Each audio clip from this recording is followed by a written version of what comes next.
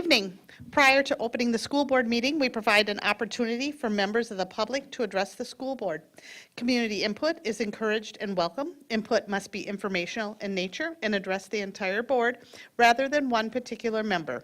The Board of Education cannot engage in discussion or debate in response, but will take the information for review and direct to the appropriate district employee to respond. And we do not have anybody in the audience tonight, so we will move right along here. This meeting is being live streamed and recorded, and viewing information can be found on the district website. The meeting is now called to order. It is 6:31 p.m., September 21st, 2022. Our mission is to provide a safe and caring climate and culture in which we engage, inspire, educate, prepare, and empower all learners in partnership with their surrounding community to be successful in today's and tomorrow's society. Dr. Green, can you please lead us in the Pledge of Allegiance? I pledge allegiance to the flag of the United States of America and to the republic for which it stands, one nation, under God, indivisible, with liberty and justice for all. Thank you. And then when you're ready, can you please call roll? Scott Andreasen. Here. Natalie Copeland is not present. Al Dahlgren. I am here. Zach Dorhold. Here. Les Green is here. Shannon Hawes. Here. Monica Segura-Schwartz is not present also. Following cabinet members and staff are present at the District Administration Office: Superintendent Dr. Lori Putnam, Assistant Superintendent of Secondary Education Kay Nelson, Assistant Superintendent of Elementary Education Dr. Mike Rivard, Executive Director of Finance and Business Services Amy Scalarud, Executive Director of Operations Gary Ganji, Media Technicians Paul Novak and Gordy Scott. Custodian on site is Steve Hain. Following staff are also virtually present: Director of Community Engagement and Communications Tammy DeLand, Director of Equity Services Ian Omar, Director of Innovation and Instructional Technology Ryan Cox, Executive Director of Community Education Adam Holm, Executive Director of Human Resources and Labor Relations Tracy Flynn Bowe, Executive Director of Learning and Teaching Lori Posch, Executive Director of Research, Assessments and Enrollment Donna Roper, Executive Director of Student Services and Special Education Carol Potter, Executive Assistant Jan McGuire. That's it. Thank you. Next, I'm looking for approval of tonight's Board of Education meeting agenda. So move. I have a motion by Scott, a second by Zach. Dr. Green, can you please call roll? Scott Andreasen, Yes. Zach Dorhold, Al Dahlgren, Yes. Les Green is yes, Shannon Hawes. Yes. Thank you. And then the consent agenda. The consent agenda consists of non-controversial items that the board adopts routinely without debate. Any single member may remove an item from the consent agenda by requesting removal at the time the consent agenda is moved for adoption. On tonight's consent agenda, item A, approval of minutes from August 3rd, 2022 and August 17th, 2022. Item B, approval of bills and other financial transactions in the grand total amount of $7,075,510.90. Item C, approval of personnel staff changes. Item D, acceptance of grants, awards, donations. Item E, joint purchasing contract awards, Oak Hill and Discovery HVAC equipment. And item F, Talahi HVAC project change order totaling $620.80. Does any board member wish to remove an item from tonight's consent agenda? Nope, okay. Then looking for a motion to approve the consent agenda as read. So move. And do I have a second? Again, I have a motion by Scott and a second by Zach. Dr. Green, can you please call roll? Scott Andreasen, Yes. Zach Dorhold, Les Green is yes. Shannon Hawes? Yes. Al Dahlgren? Yes. Thank you. Okay, moving on, we have one action item for tonight. It is the approval of the preliminary levy certification presented by Amy Scalarud, Executive Director of Finance and Business Services. Good evening, Chair Hawes, Superintendent Putnam, members of the board. This is an annual item that we bring to the board every year, this time in September. Just a little bit of background, the 2022 pay 2023 levy is the levy that we will certify to the county here at the end of calendar year 2022. Those taxes will be collected during calendar year 2023, and then we actually recognize that revenue as a district within our budgets in our fiscal year 24, which is the year that starts on July 1st of 2023 and ends on June 30th of 2024. So the levy we're approving now won't actually be reflected in budgets and audits until a few years from now, but that's the way the levy system is set up. And so you'll notice as we go through the presentation, a number of times we talk about adjustments from previous years because we're a few years out in what we're trying to predict as far as expenditures or enrollment might be. Obviously, absent a crystal ball, I am not probably going to estimate all of those numbers exactly, and so there's a delay in kind of cleaning up those adjustments up or down from previous years. So we will start with the general fund. The general fund is the majority of the district's levy authority, the majority of the funds we collect. As we look at the general fund levy, you'll see last year's levy compared to the middle column, which is the 22-23 proposed levy that you will approve tonight. And the first few lines on there, lines 1 through 5, are all enrollment based. You'll actually see that we don't have anything on lines 1 or 2. We had a previous year adjustment on line 2, again, from some of that prior year cleanup, back when there used to still be a board converted referendum. We don't have any board approved, which would show up on, or sorry, voter approved, which would show up on line 1, or board converted referendums anymore, which would show up on line 2. So those lines are 0 and will continue to be 0 going forward. The majority of the revenue then comes in through local optional levy and equity levy. Again, those are derived on a per pupil basis, and those are going up, those line items, again, because of prior year enrollment adjustments, when there was years of significant enrollment declines, and those negative adjustments are dropping off now. The other couple, we're not going to go through every line unless there's specific questions, but I do want to draw attention to line 6. Line 6 is what the state refers to as reemployment levy. It's the same thing as unemployment. We levy for our unemployment costs. You'll see we had a significant increase in our 21 pay 22 unemployment levy. That was based on what we recorded as unemployment expenditures at the time. Since then, the state has provided a variety of both state and federal COVID relief funds to offset those unemployment expenses. And so that's why you see actually a negative levy in that line item for 22-23. That's because we ended up getting those expenses that were levied in 21-22 reimbursed to us.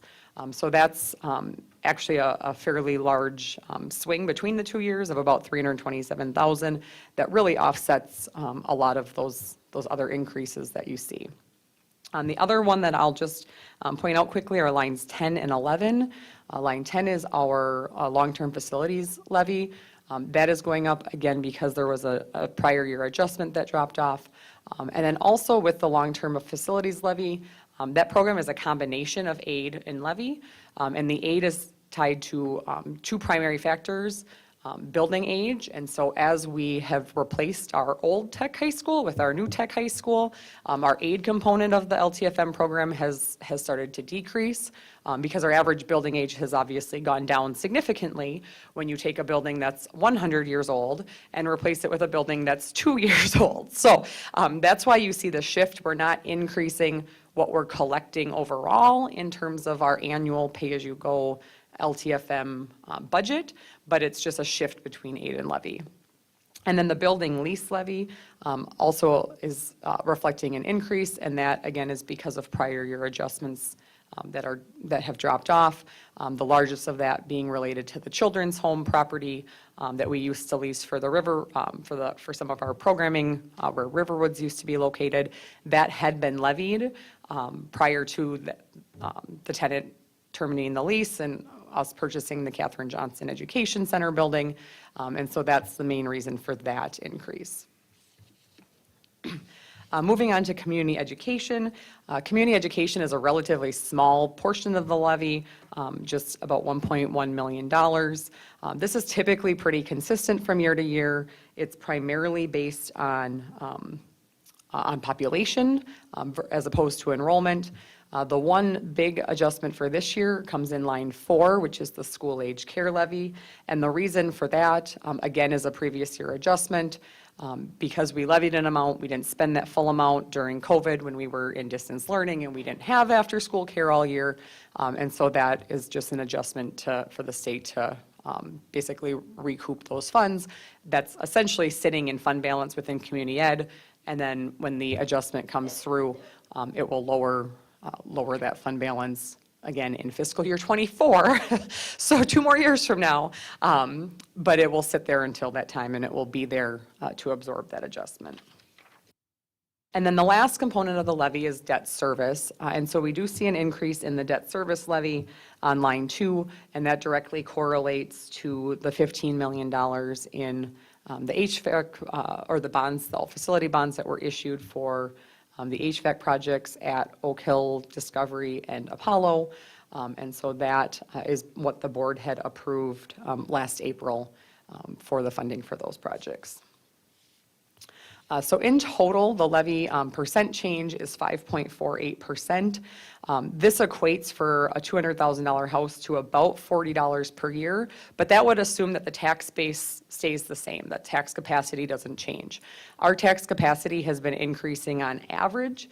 About 4.4% is the 3-year average. And so if we factor in a 4.4% increase in total tax capacity, that really would bring that individual tax impact on that same house down to $15 per year. So while the percent looks larger than maybe what we've seen in the last few years, the actual dollar impact won't be that significant.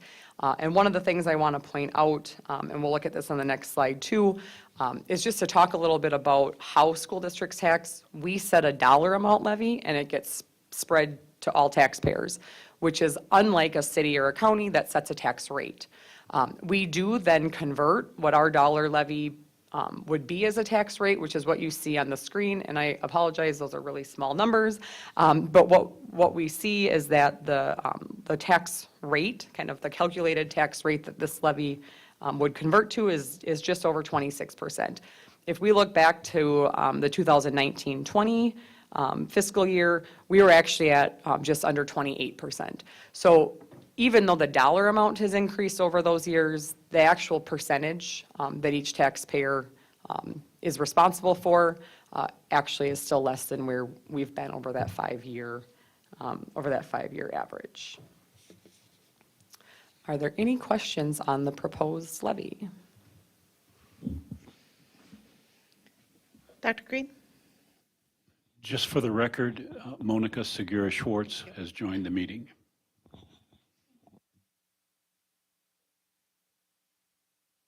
Anybody have any questions for Amy? We appreciate your quick but thorough explanation of that. We asked our questions in Finance Committee. Okay. Then seeing no questions, this is an action item that we're looking to approve. Madam Chair, I would move that we approve the 2022 pay 2023. levy. Second. Okay, I have a motion by Al and a second by Scott. Dr. Green, can you please call roll? Al Dahlgren, Yes. Scott Andreasen, Yes. Zach Dorhold, Yes. Les Green is yes, Shannon Hawes. Yes. Monica Segura-Schwartz. Yes. Okay. Thank you. Moving on to a discussion item, the final levy certification amount, again presented by Amy Scalarud, Executive Director of Finance and Business Services. And this is really just a legal requirement for us in conjunction with the approval of the preliminary levy to announce the date that the final levy will be approved by the board. That final certification will take place at December's regularly scheduled board meeting, which is December 14th at 6:30, and there will be time at that meeting for public comment. Thank you. Oh, not going anywhere, I guess. Still me. All right, next up, Amy Scalarwood will be presenting the enrollment report.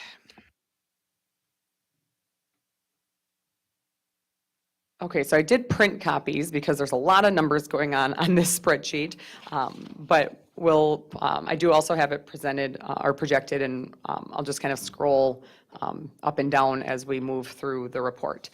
So this is our annual enrollment report. It's based off of the second Friday that school is in session, so that would have been September 16th. And it breaks it down by elementary, then secondary, alternative programs, and then we have early childhood at the bottom. And so I'm not, again, going to go over every number or every change. We'll just kind of point out the highlights and then open it up for questions or discussion. So at the top there, you see elementary. Our elementary enrollment is increased from last fall. That's an increase of 42 or about 1% at the elementary level. As we move down and look at numbers, we'll see our overall enrollment, exclusive of early childhood, because that is handled a little bit separately, does reflect an overall decrease of about 1.8%. However, McKinley is making up part of that, and their enrollment really fluctuates a lot from year to year and even throughout the year. So that's a really hard one to really look at a point in time. So if we pull McKinley out of there, our overall enrollment reflects a decrease of just over 1%. And statewide, the average that we're seeing statewide is closer to that 2%. So not unreasonable compared to kind of what we would expect. One other thing I'll note on elementary enrollment before we move down, again, not going to go through each site separately, but the biggest individual change that we see is Oak Hill. Oak Hill is up about 43 students from last year and has climbed past that 800 mark. And then the other thing that I do want to point out that was interesting is kindergarten enrollment. So kindergarten enrollment last year was particularly high. We had some inclination that was maybe COVID related, that there may have been families who waited from the year before. However, our kindergarten enrollment this year is really fairly close to where we were last year. We're only about 20 less than where we were last year, which is more than we anticipated. So kindergarten enrollment is definitely something that we are excited about and want to point out and celebrate. As we move down then, enrollment and secondary enrollment is down overall.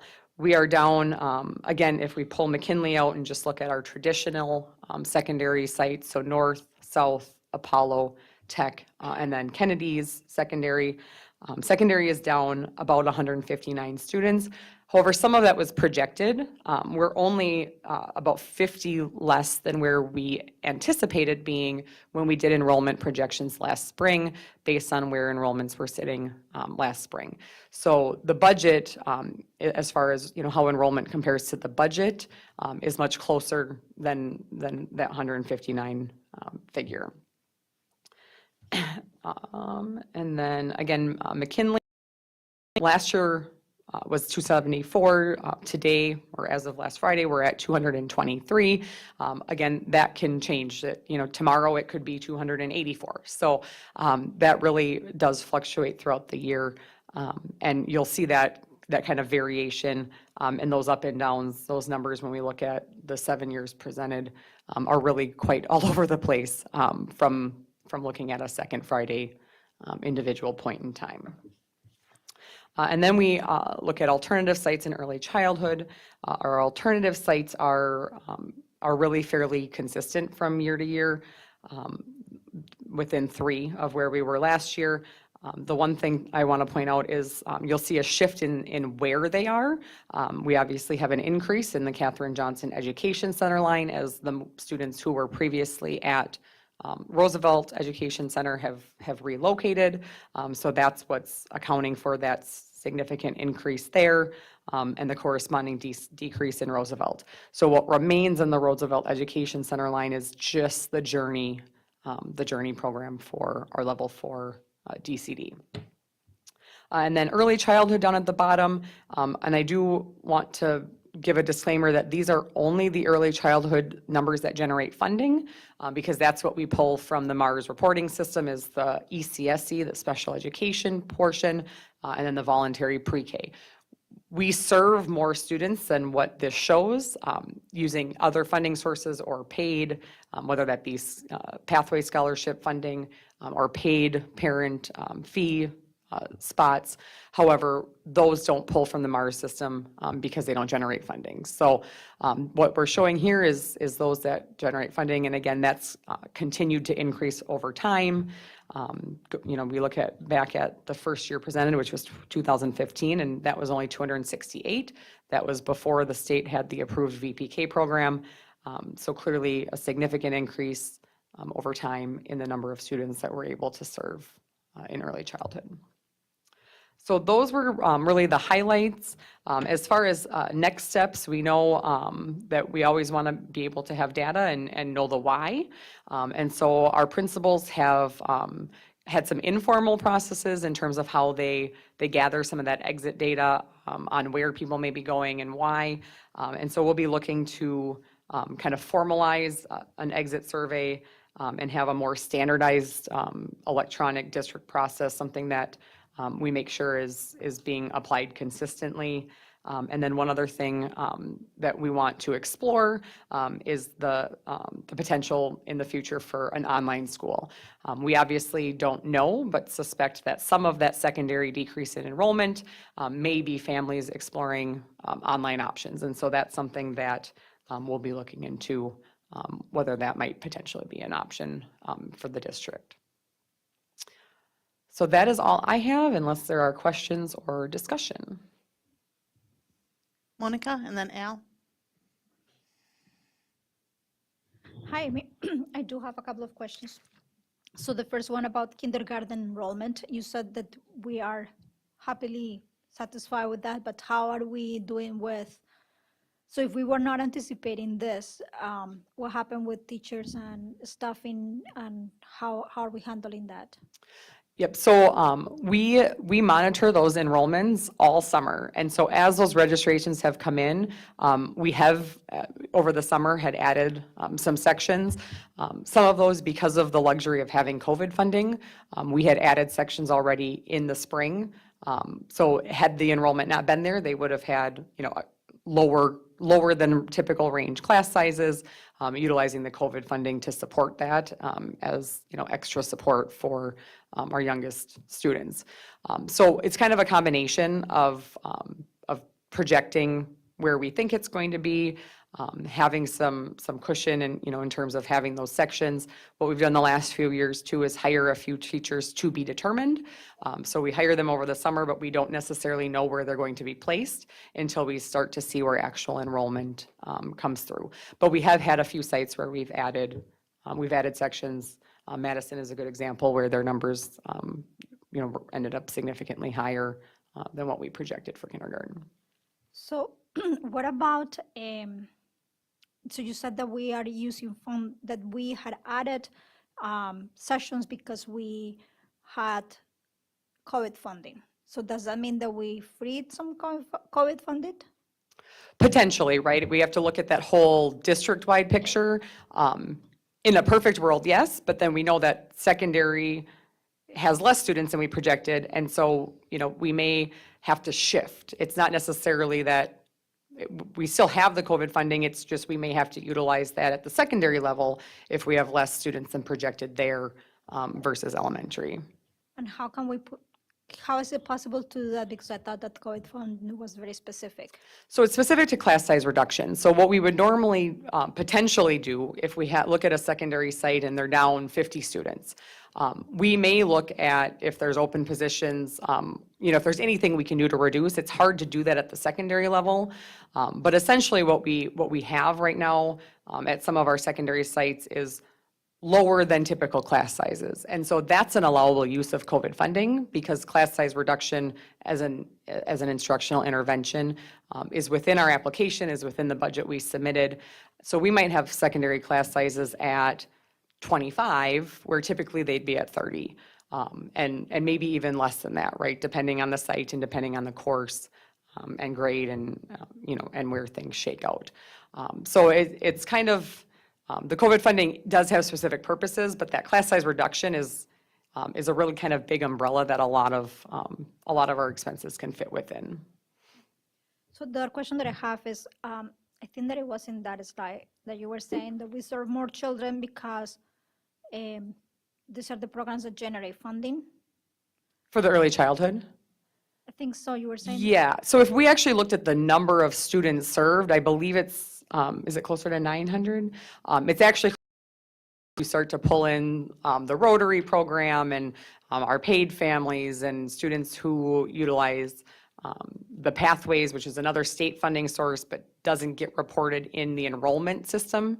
And so those aren't reflected in those early childhood counts because they don't generate ADM, they don't generate the per pupil state funding, only the early childhood special education and the VPK.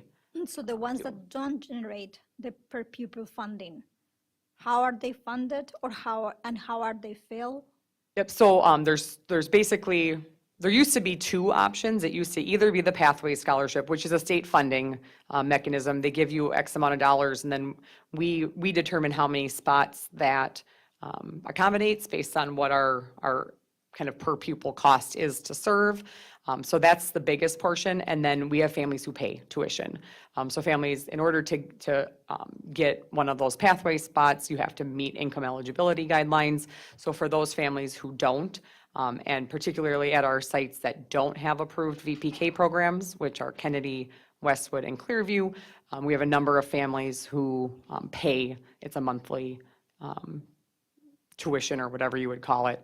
And that's kind of historically, if we go back to the days before voluntary pre-K and before the Pathways scholarships, that was really the only option, right? So if we look at those numbers that are reflected on this spreadsheet in 2015, and we're serving zero, right? That was zero funded spots.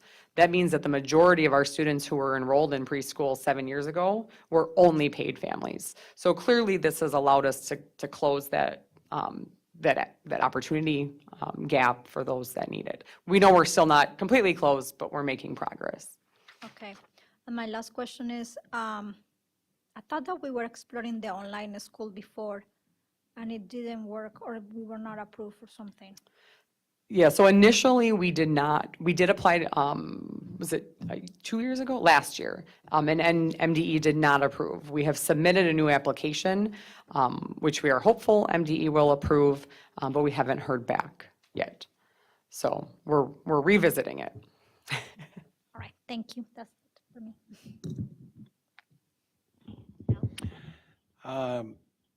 What was our, for budgeting purposes, what was our estimate So overall?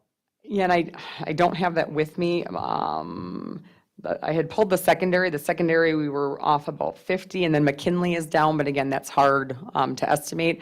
I would say overall, we're somewhere within that 50 to 100, where we would have estimated and budgeted more. But it's probably, like I said, it's probably closer to 50 if McKinley's enrollment stabilizes out throughout the year, which we expect based on the number of students, not just our students, but regionally, have had credit recovery issues because of COVID related. We expect that will go up. So I expect that will bring us closer to that budgeted amount. Can you explain to me the process of determining it? What are not our estimate, but determining the actual enrollment? So where these actual numbers come from? Yeah. So what we do is we have all of our students are in Skyward. Throughout the summer, as we get transfer requests or records requests from other districts where we know somebody is leaving us and may not end up showing up on the first day of school, we inactivate those students in Skyward and, and adjust them out. However, we know that not every family notifies us. We might have somebody who moves out of state. We might not get a records request. They might switch to an online school and not tell us, or whatever, a whole variety of things that can potentially happen. So what our process is, and that's why we do it on the second Friday, if a student has not been in school for those first 2 weeks of school, then we inactivate them. We remove them. We assume that they're no longer here. So this is pulling the actual students from Skyward who have physically attended at some point in those first 2 weeks. But it's not a snapshot of a day. It is. This is a snapshot. This is what was in Skyward as enrollment as of last Friday. But it isn't a snapshot of a day. So we're not like undershooting it by 8%, or if our daily attendance is. No, it's not based on attendance. It's based on who's enrolled. So it doesn't mean they had to have actually physically been in the school on Friday. They had to have been enrolled as an active student. They may have been sick or had an excused absence or whatnot. The only people we wouldn't include is anybody who hadn't physically shown up for those full 2 weeks of school. If you didn't come in, and if you were excused, we're still going to keep you in there. So if somebody had something going on, or they were sick, or they're moving and they haven't come yet, but we know they're coming, and we've had contact with that family, we'll keep them enrolled. It's kind of more of that, no call, no show sort of That makes sense to of me. a rule. The last question is, it appears, and not just this year, but it seems like every year, if you follow from grade 11 last year to grade 12 this year, there's a big drop off in the number of students almost every year. Where are they going? What's So that's pretty typical, and it's a combination of things. We have some students who are going PSEO, and so when they go PSEO, they're no longer generating funding and they're not in our accounts. We have some of those students, the largest portion of our McKinley students are 12th graders, and so some of those are transitioning from Tech or Apollo over to McKinley. Certainly, we may have some students who drop, who unenroll and withdraw. So it's really a combination of factors, but that is a trend that we always see. That's not anything that's unique to the last few years. And like you said, you can follow that 11th grade down over the years. What's PSEO? So PSEO is students who are going, it stands for post-secondary education, so anyone who's attending college courses. And I assume we're going to start to see that increase as more colleges offer online.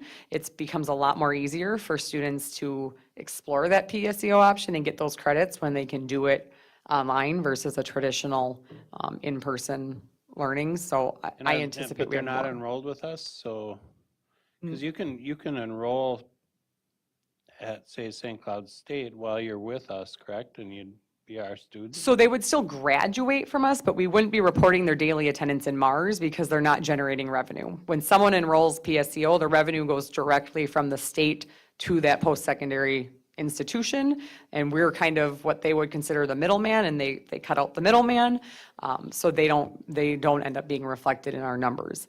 They will still be reflected in our graduation rates and in our, obviously, when we have graduation ceremonies, if those students choose to participate, but they don't show up here.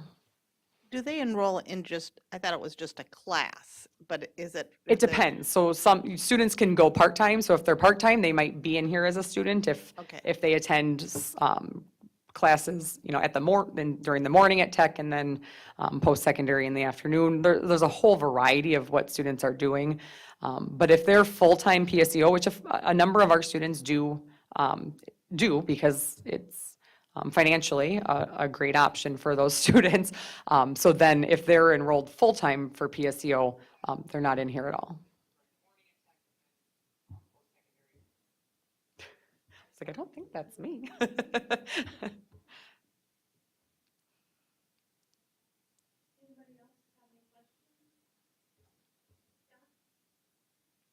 Overall, it looks like we're down about 150.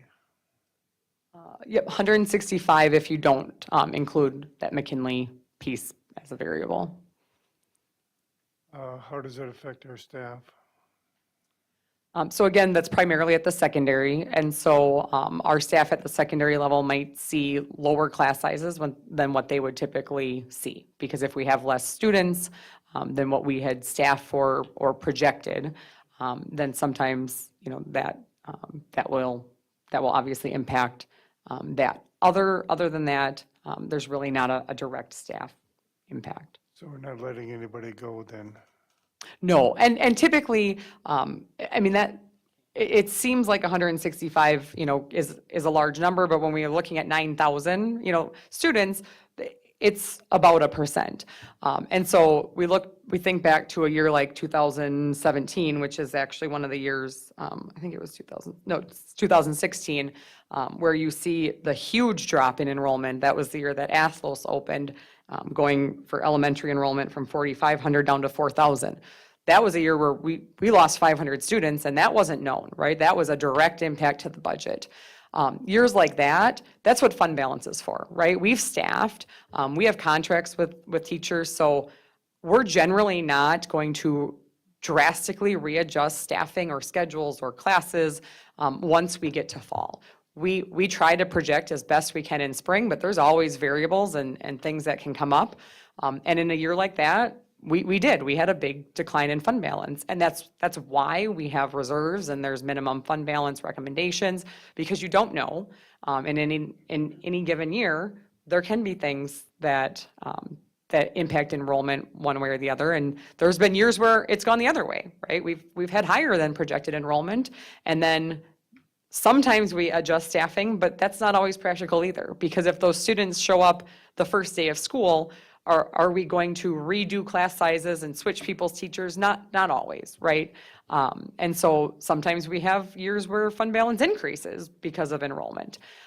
So the staff generally don't have a huge significant direct impact one way or the other than, like I said, if enrollment's down, they may have the benefit of a slightly smaller class size than they were projected to have.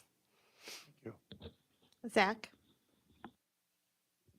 This might not be exactly for you, but Apollo, if the most stark change I saw here was, Apollo, how much difference that is. My follow-up question would, I know the numbers, north side, sure, more people might be close to the tech university. Do we get to see the number of no-call, no-shows? And I guess my biggest question is, how much of a factor was that this year?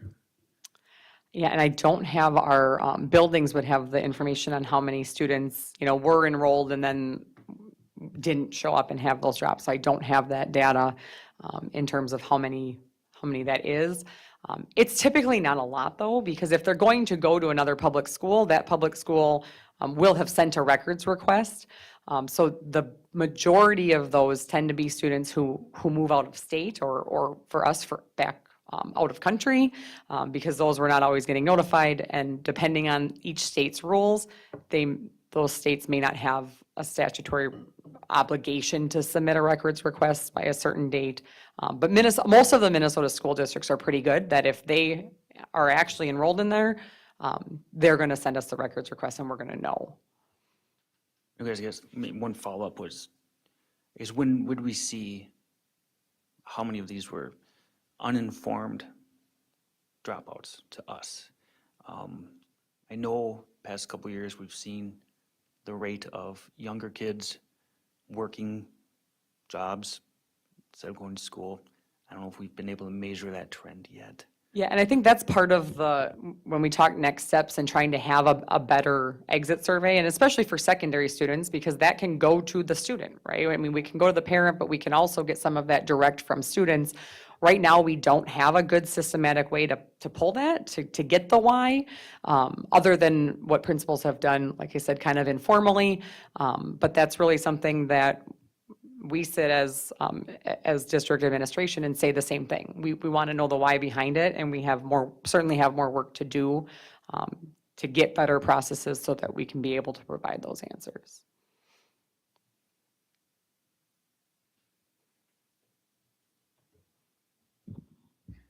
Okay, any other questions for Amy?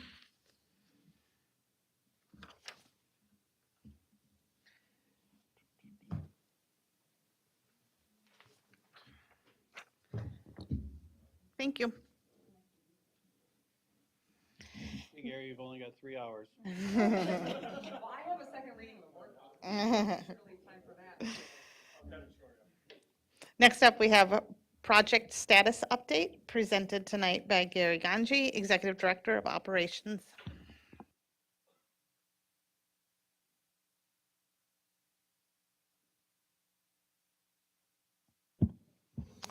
Good evening.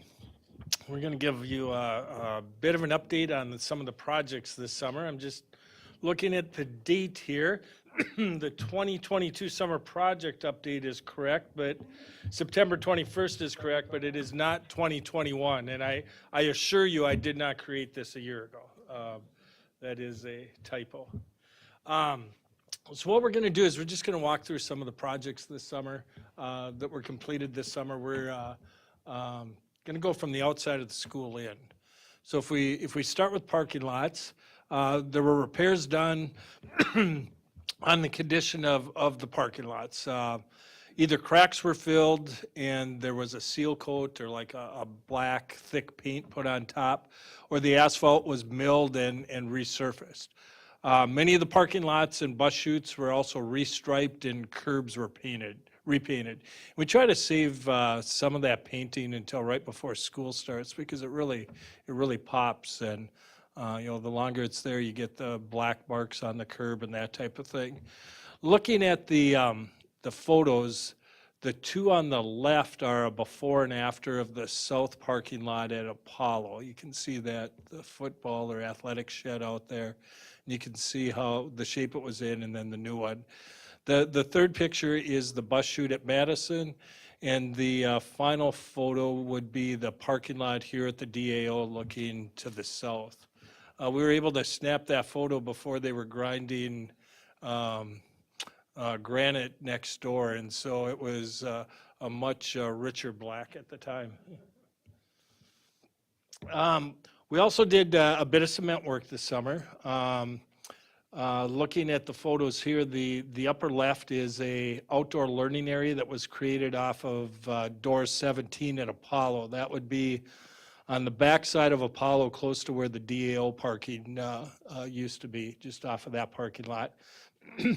And then some of the recommendations from the Safe Routes to School study were implemented at Oak Hill. If you recall, last summer, County Road 136 or Oak Grove Road had quite a bit of work done, and there were sidewalks put in, but they ended before the school. And so first day of school, the kids are coming, and all of a sudden students are walking in the driveway. So we cleaned that up this year and put sidewalks on both sides and crosswalks to make that a safer route for students. And then the three 1990 schools, Oak Hill, Talahi, and Discovery, also had some cement work in the front. And basically it was to widen that area a little bit. What we find is after schools are built, that's when you find out where sidewalks and cement should be, because then you see the paths. And there's a bit of wear there, and so that was addressed this summer. Then we did some landscaping. The two photos on the left are of Madison School, and that's a before and after. There were the Madison plants around the building were, they've been there a long time. They needed some work. It's kind of hard to see on those photos, but if you get out to Madison, take a look at those. It looks nice. At Tech, some of the rock in the medians in the parking lot was replaced with mulch, much better. It looks better. It doesn't spread so much. Yeah? We replaced rock, What was it in there? mulch. Mulch. It was mulch. It was over at South we replaced the rock. You're right. Yep. South we replaced the rock. You're right, yeah. Thank you. But it really dressed that one up. And then if you take a look in the upper right-hand corner, or in the right-hand side, you'll see that was a project last summer at the three 1990 schools.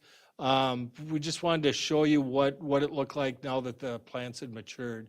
And what's really nice about that is they bloom different times of year, so you get that color throughout the year. Yes, Can I add that the mulch does have to be replaced more often than rocks, but rocks tend to find windows.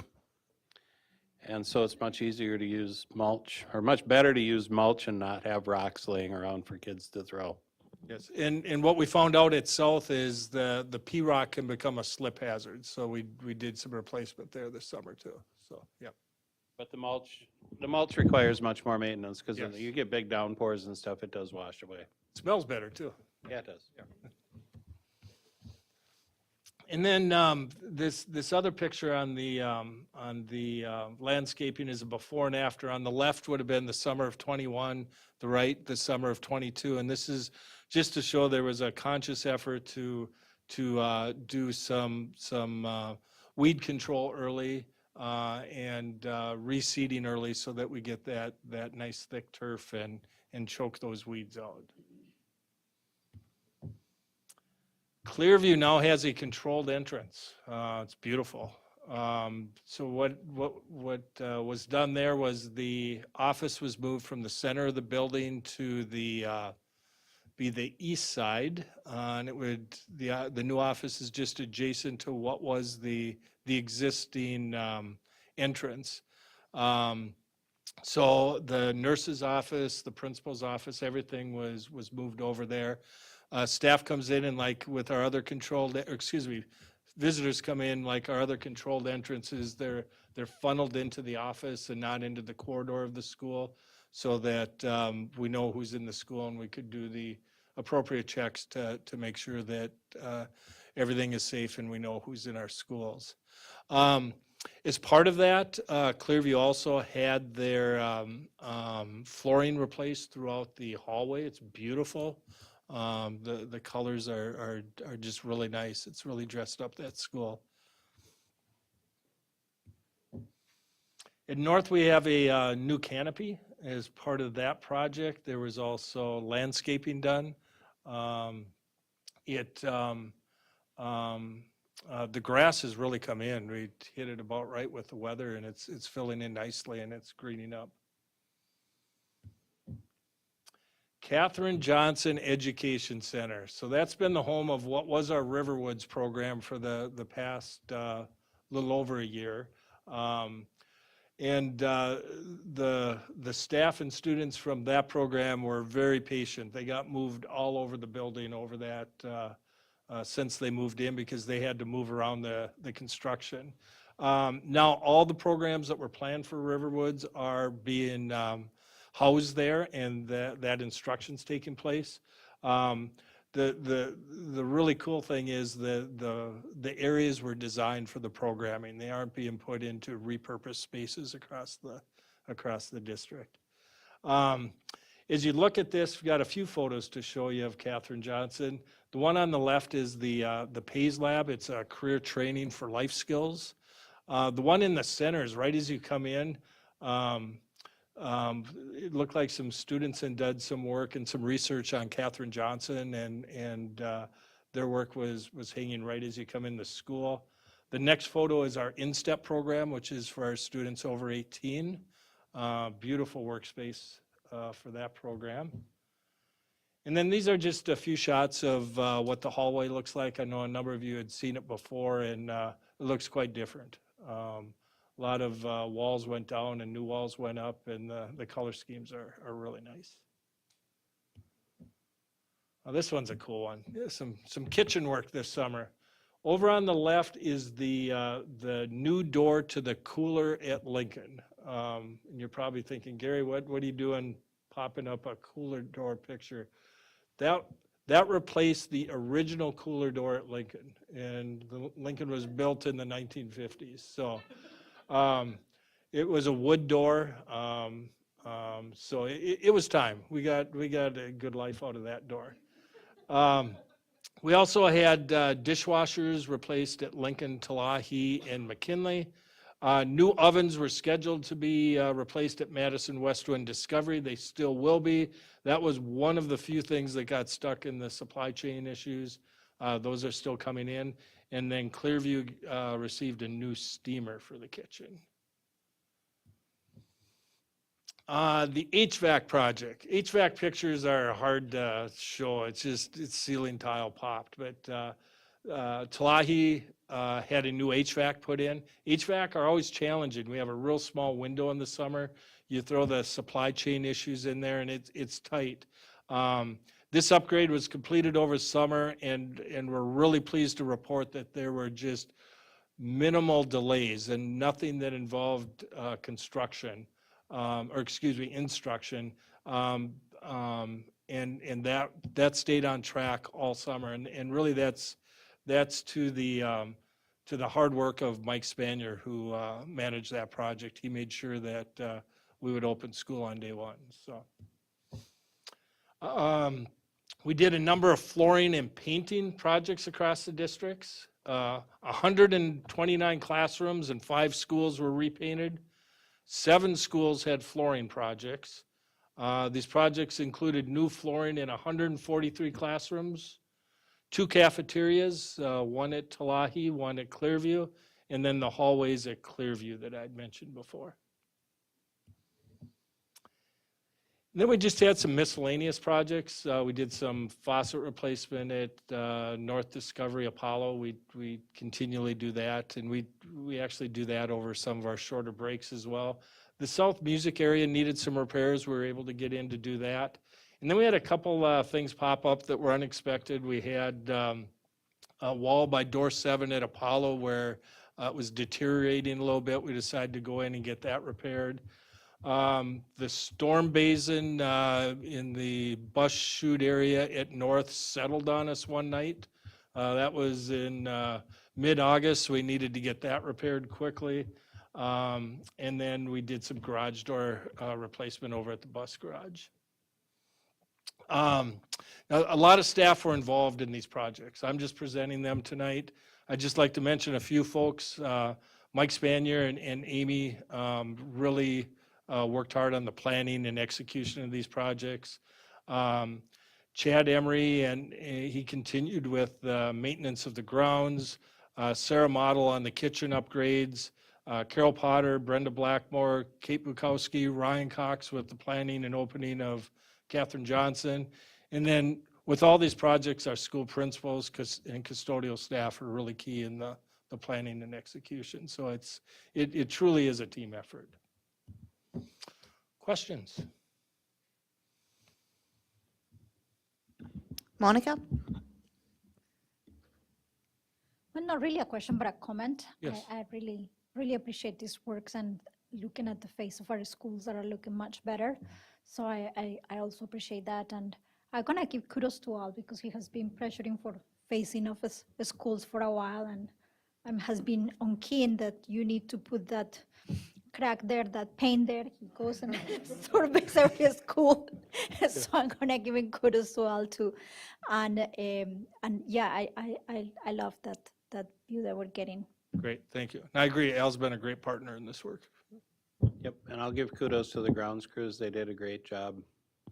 I used to drive around and I was literally embarrassed at some of what you would see that didn't get addressed. And I'd drive around to some other school districts and you'd see that it's really well-maintained, manicured grounds. And I'll tell you what, right now, people are driving through ours and seeing well-maintained, manicured grounds and wishing they could do that in their own district. So it's been a complete 180 and all of these little things. I mean, we still have some things to do, like especially over at Catherine Johnson and getting rid of some dead trees and things like that. But it's been a remarkable turnaround and I can't say enough about how it looks, and we're learning as we go. We are. Anyone else? Thank you. All right, thank you.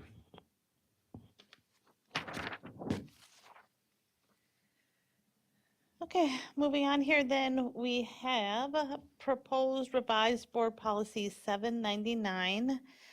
Second reading, and we have Amy Scallerid, Executive Director of Finance and Business Services.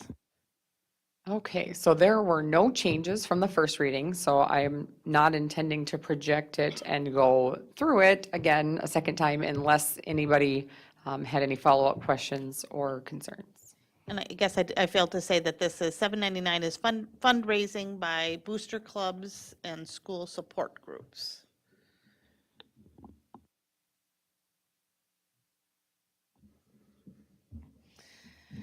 Okay, sounds good. Thank you. Moving on to reports, we have the Superintendent's Report presented by Dr. Yep, go ahead. So, what reading was this? Sorry about that. That was the second reading. Oh, okay, sorry, never mind, thank you. Okay, so our Superintendent, Dr. Lori Putnam, go ahead. Thank you, Chair Haas. Good evening, members of the board. Community listening from home. I had 3 different things that I was going to cover, but then depending on how long we were going, I was like, well, I could take that out, but I'm just going to settle back, and we've got plenty of time here. Tonight, I'd like to talk, Dr. Green. Might as well settle back And just enjoy. 10:15. Tonight, I'd like to talk with you all about the ways that we are living out our strategic plan and our this year's focus goals. As you know, one of our goals is to create a safe, positive, engaged climate and culture for our stakeholders, our students, staff, and our families. We had a wonderful kickoff event in the first few weeks of schools, and I can say this with confidence because we asked our families and staff for feedback. Our families and staff overwhelmingly shared they felt a sense of togetherness and a positive vibe from our schools.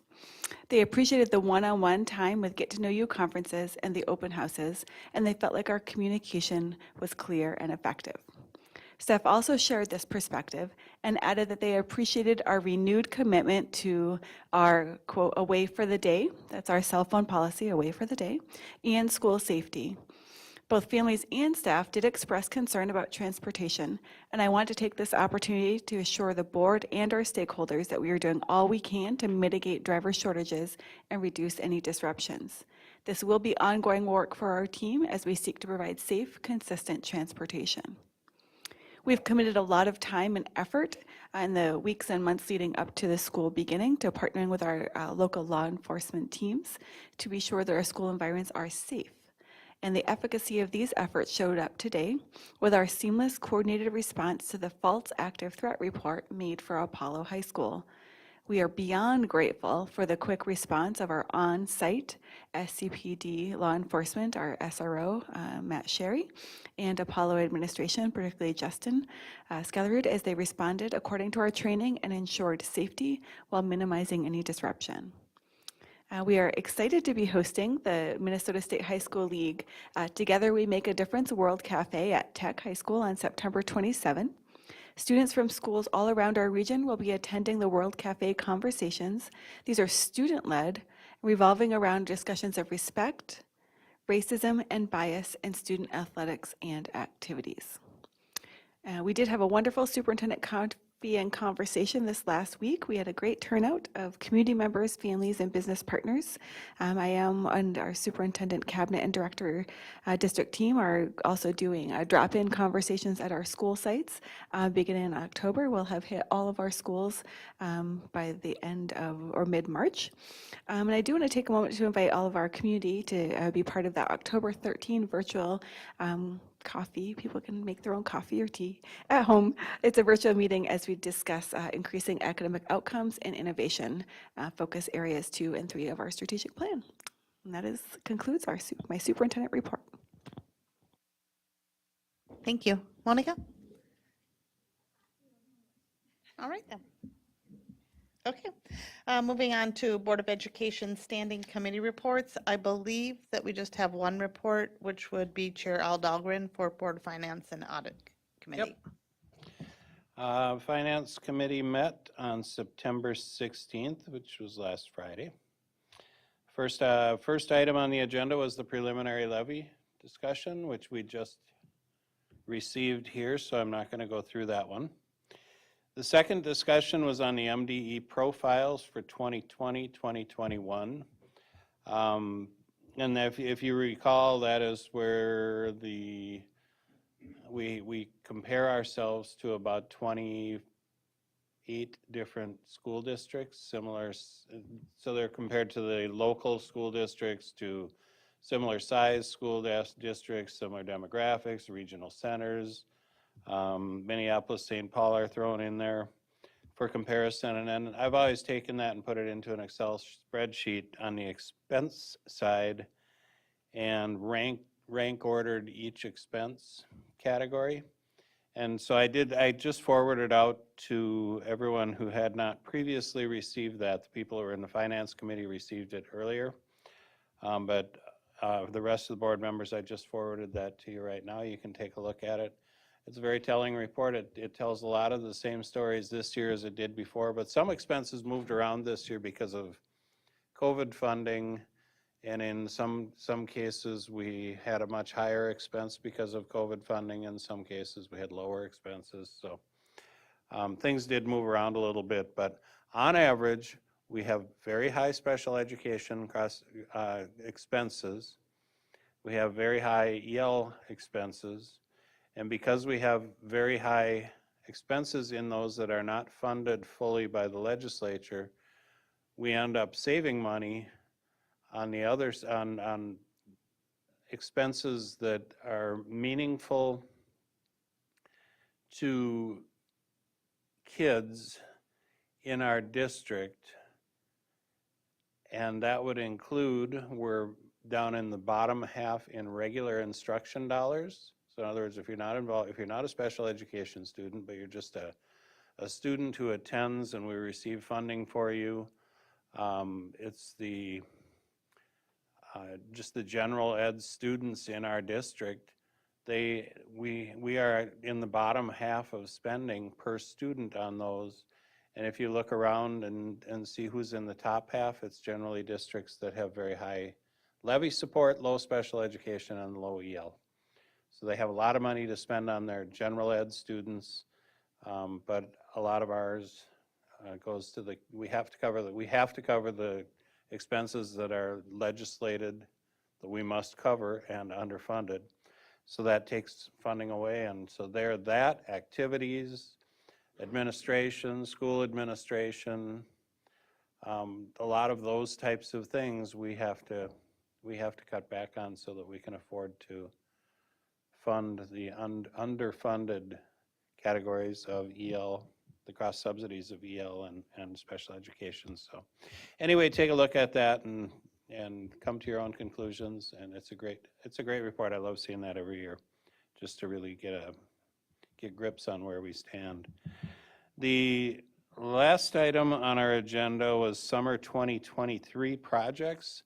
And we weren't committing to anything. We were just going through what's on the calendar so far for 2023 summer projects. And I can see, I'll just say that things including the Oak Hill so the biggest projects for next summer are Oak Hill, Discovery, and Apollo HVAC projects, which we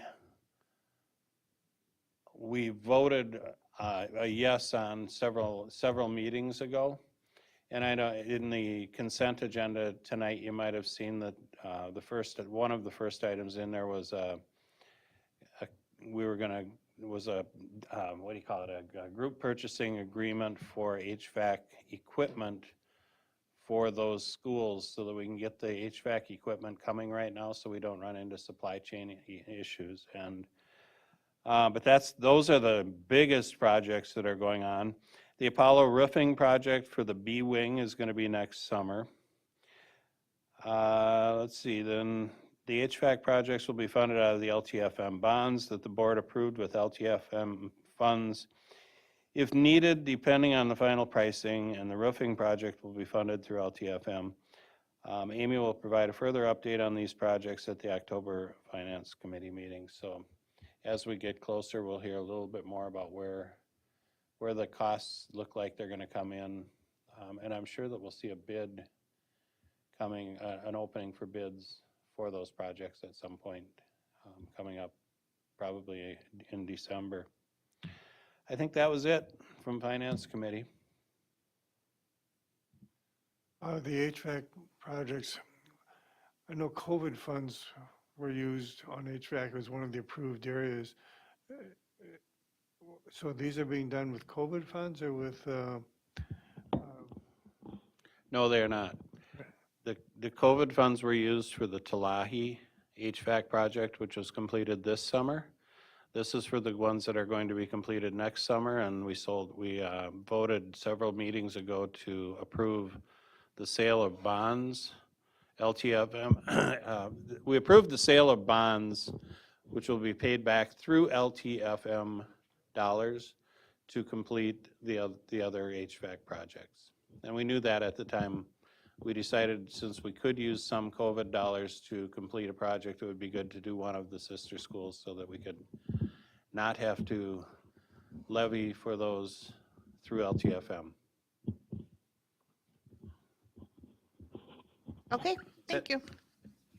And last up for the night, we have future agenda items. October board meeting work session topics will include transitional services update, kindergarten play update, schools update, and of course, policy readings. At this time, does any board member want to suggest a future agenda item? We're good. I do have a question on so we have this Minnesota State High School League workshop coming up at Tech on the 27th of this month. And I wonder if we could get a recap of that at one of the board meetings. And I know that we said when we voted to send the letter to the Minnesota State High School League, or the resolution to the Minnesota State High School League, that we were going to talk about this quarterly. Was it quarterly, or was it, I believe it was quarterly. It was going to come back up for a discussion with the board, and it would be, I mean, after that would be a great opportunity for a quarterly discussion. We have that planned for, I think it's November 2nd.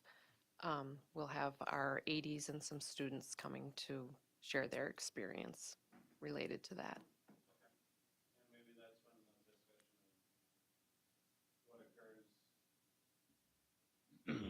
Maybe that's when the discussion of what occurs, what happened at this meeting Right, should take place also. yes. Is that something that you want an action item for then? Or is it just a discussion? What occurs? Are we?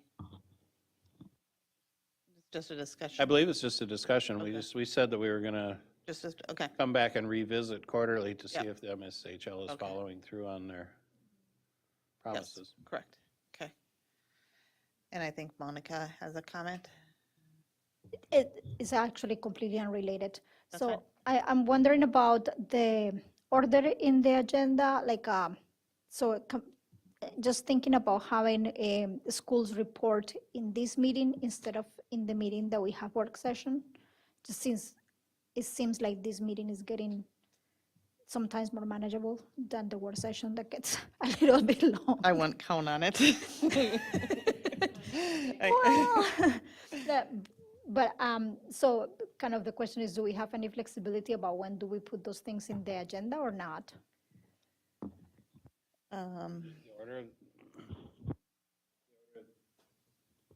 The order of the agenda is in the policy manual. No, well, you mean schools update, not the order of the agenda, but the items, whether they're on which rotation they're on, the work session one or the regular one.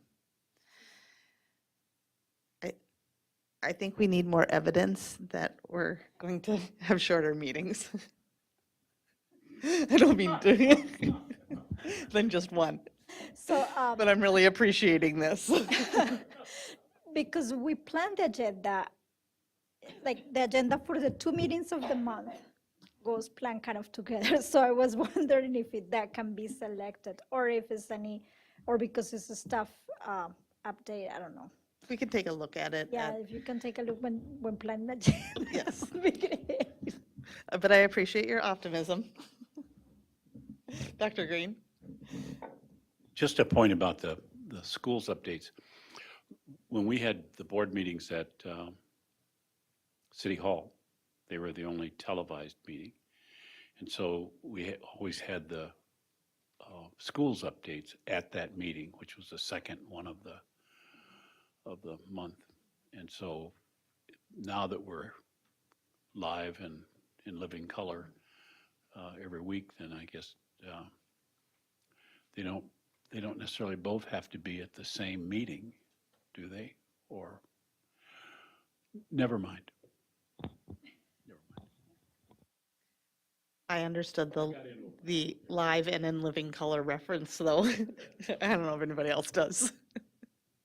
Okay, well, meeting is adjourned. It is 7:41 PM. Thank you for watching. Have a great night.